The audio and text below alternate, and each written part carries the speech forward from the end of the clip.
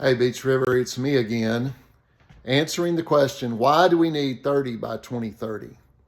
Well, reason number 4 is the reason we need 30 by 2030 is churches are not unsinkable. Now, what do I mean by that? What I mean is that we have been in a decade-long decline in our Sunday school attendance, which definitely affects the health of our church and the future of our churches. If we have a decline that has lasted for several years and that pattern has set in and we do not address that decline, death of our church is certain. That's not what I want to see, and I know it's not what any of you want to see. So 30 by 2030 is an opportunity to address decline. One of the things we must face is our complacency and our apathy in our churches may help us come to that place where we say, I think we're just going to do nothing, or we're going to wait and see. And that is a very dangerous place to be. Remember the example of the Titanic? The Titanic was supposedly an unsinkable ship that left in April of 1912, sailing from London to New York City. But during that journey, there were many warnings of icebergs. But the Titanic ignored all the warning signs.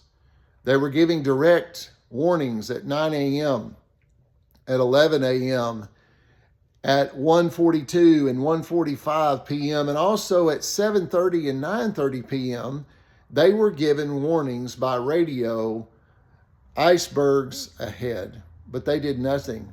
Then at 11 p.m., another ship that was also encountering icebergs radioed to the Titanic. The Titanic did not change its course, did not change its speed, and at 11:39 p.m., the Titanic hit an iceberg. The damage was catastrophic, and the unsinkable Titanic sunk. 1,517 lives were lost on the unsinkable Titanic. I am not a prophet of doom, but I am here to tell you that it's possible for churches to die. 17 churches have their last Sunday every week across our nation. That's almost 900 churches per year are closing. Some churches don't actually close, but they just become so tiny in their vision and so tiny in their influence that they exist only to survive, to keep the doors open for the next Sunday. That's not God's will for you and your church, and that doesn't glorify the Lord. That's why 30 by 2030 is an opportunity for us to join together. Let's address our decline. Let's plan to grow. Let's set some goals, and let's come together to encourage one another on this journey called 30 by 2030.